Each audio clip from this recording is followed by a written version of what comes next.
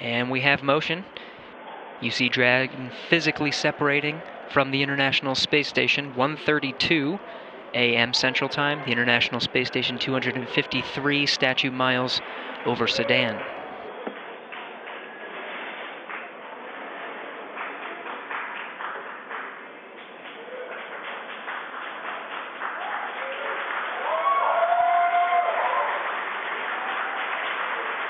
Houston, the station is supposed to be on to ISS thrusters enabled. Copy.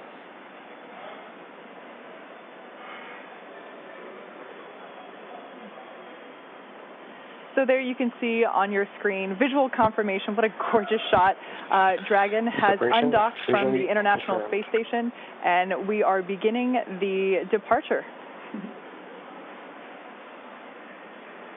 That's right, and you're going to hear the voice of David St. Jacques again. He's the one inside of the station monitoring Dragon for its departure. It's slowly backing away. Everything's looked good so far with those separation burns. Again, as Gary said, that physical separation, that undocking coming at 11:32 p.m. here Pacific. Station Houston at 2, Dragon departure burn 0, complete. So you heard us mention earlier that we have a series of 4 departure burns, starting with 0, 0, 1, 2, 3. We have confirmation that departure burn 0 has been completed. That's right, and so with that one down, we're going to start seeing Dragon begin flying actually above the International Space Station, and then coming up in just a couple of minutes, departure burn 1, the second departure burn, will be coming. That should be in about 4 or 5 minutes from now. And so we're going to see Dragon just kind of swing its way over top the space station and eventually fly out of both the keep-out sphere and the approach ellipsoid. And so the keep-out sphere is one of my favorite things. It's an imaginary sphere with about a 200-mile radius, so 200-meter radius. That would be a much bigger sphere. A 200-meter radius in all directions. And that just governs, so kind of like the approach ellipsoid, which I explained earlier, before you're in the keep-out sphere, any maneuvers with the spacecraft have to be safe and not get inside within 4 orbits. Dragon is in the corridor, and opening rate is as expected. Copy. And David St. Jacques reporting everything looking good so far. You heard him say the corridors, so they, on their overlays that they have on their laptops on board the station where they're actually monitoring Dragon, they're looking for any perturbations outside of the expected path. If they see anything that doesn't quite look right, again, they're in the loop and they can send commands, but everything going smoothly with Dragon slowly flying away. And this is kind of an animated representation of the kind of stuff that the crew is looking for. They have that corridor, so kind of that triangular shape you can see there, where they're just looking to make sure Dragon's pitch, yaw, approach, speeds, everything like that are inside of parameters as expected.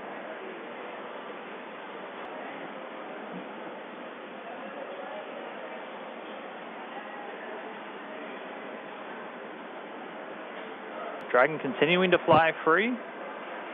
Look, everything looking good so far.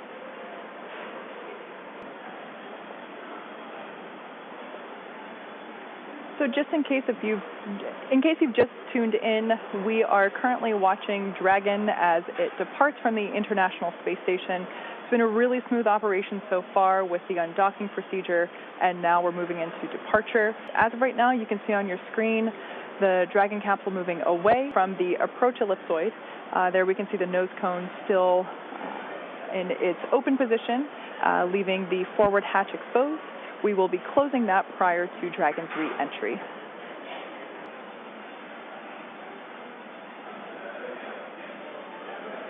And so we're continuing to get really great views. Dragon backdrop by the inky blackness of space.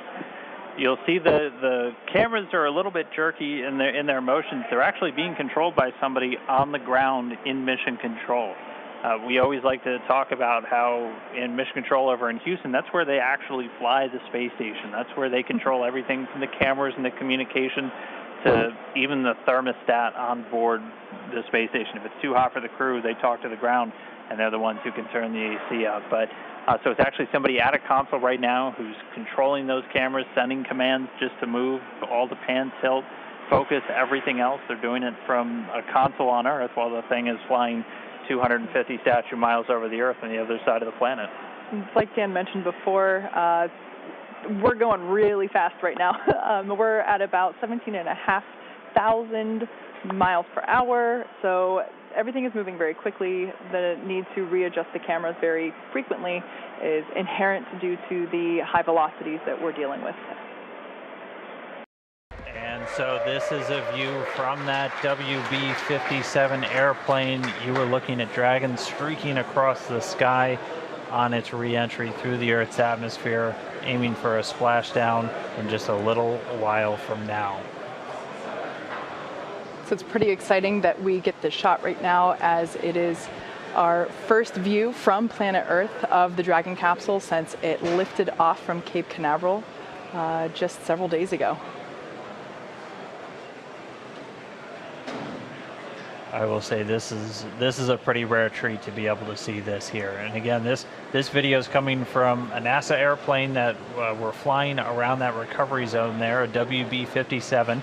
It's commonly used for a lot of atmospheric studies and other science missions, but able to put a tracking camera on it to try and get this re-entry through the Earth's atmosphere today. We're hearing that they should have AOSO acquisition of signal back with the Dragon spacecraft. Right now it's about 46 kilometers in altitude. The Dragon spacecraft continuing to descend. It's now subsonic, so already starting to slow down thanks to the aero braking, basically slamming into that Earth's atmosphere, causes a lot of friction and allows the vehicle to eventually reach its terminal velocity, basically. And then those parachutes are going to kick in.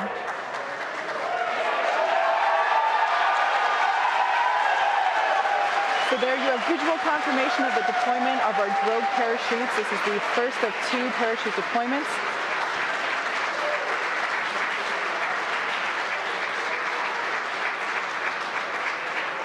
So those drogue chutes do the initial slowing, and then they're ultimately going to pull out the 4 main parachutes responsible for really slowing the spacecraft down prior to that splashdown. You can hear cheering here at SpaceX headquarters as the employees that have gathered around our Mission Control Center are sharing the same view as you. What a gorgeous shot of Dragon coming back down.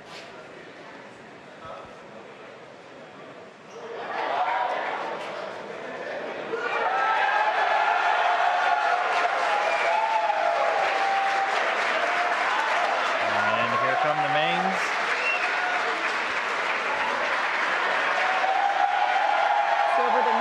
Seconds, we will see those main parachutes exactly like that begin to expand as they capture more air, further decelerating the Dragon vehicle down to the Atlantic Ocean.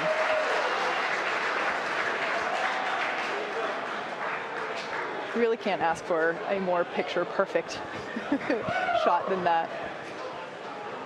And yes, all 4 chutes now deployed. It's going to continue to descend. It's going to continue to slow down and then ultimately splash down in the Atlantic there. We're now under 1 kilometer in altitude.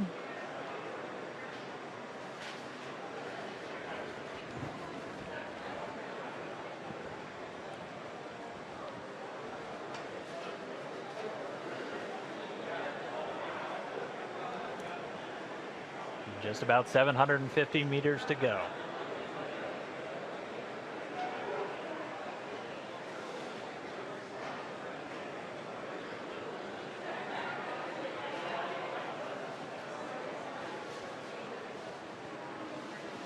In case if you're just joining us, you can see on your screen there, Dragon has just re-entered the Earth's atmosphere after departing from the International Space Station. We have a gorgeous shot of 4 healthy parachutes deployed and slowing the vehicle down as it is approaching the surface of the Atlantic Ocean off the coast of Florida. And it's continuing to descend under those chutes. We just passed 500 meters. Everything continuing to look good via reports to all the flight control teams. Now we're at about 400 meters.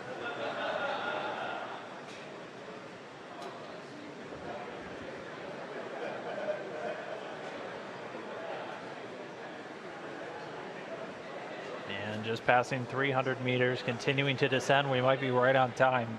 We were planning on splashing down at about 5:45 a.m.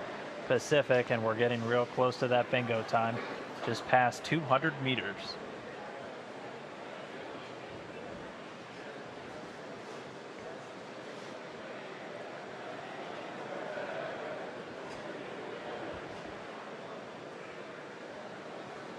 And we have confirmation that Dragon is now under 100 meters, is 100 meters above the surface of the ocean. So next up, standing by for splashdown.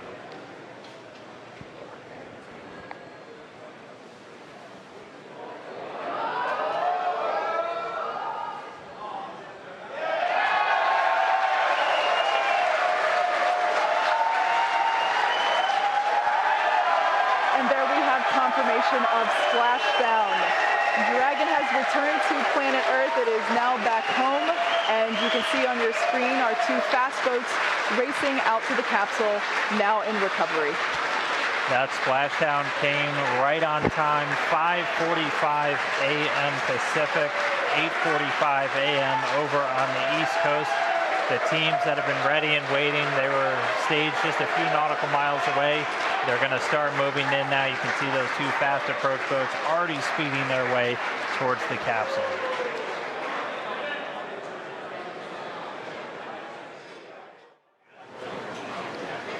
Right now we're just waiting for Dragon to lift up and out of the water and into the nest. And there it goes. So there facing us is what we call the side hatch, and that is where, as Dan just mentioned, the astronauts would, if we had astronauts on board today, where they would be exiting. The top hatch is what we use to connect to the ISS, and that is currently hidden underneath the nose cone. But like we said, astronauts will be coming out of the side hatch. Yeah, and we got a beautiful shot there. Now the hydraulic lift is coming back towards us, and it is preparing to lower the Dragon capsule into its nest.